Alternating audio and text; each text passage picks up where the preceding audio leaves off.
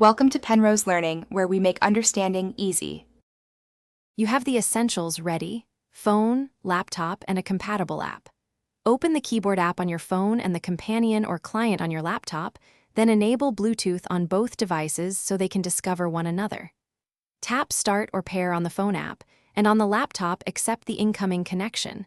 This establishes a virtual keyboard link. Once paired, set the phone's keyboard as the active input in the app, and make sure the laptop client shows a connected status before typing. Now configure the input behavior so typing feels natural. On the phone app, select your laptop from the device list or enter the displayed PIN on the laptop.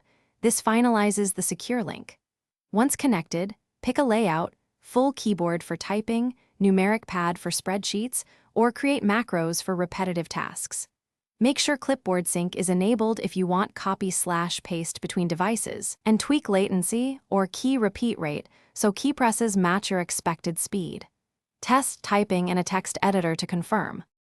Complete the setup by doing a full test. Type sentences, use Tab, Enter, Shift, and try shortcuts like Ctrl+C. If keys behave oddly, switch layouts or reapply permissions. Sometimes toggling the phone's input method fixes it.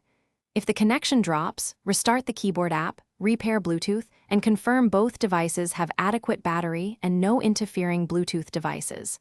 As a fallback, use a USB OTG cable or a different remote keyboard app to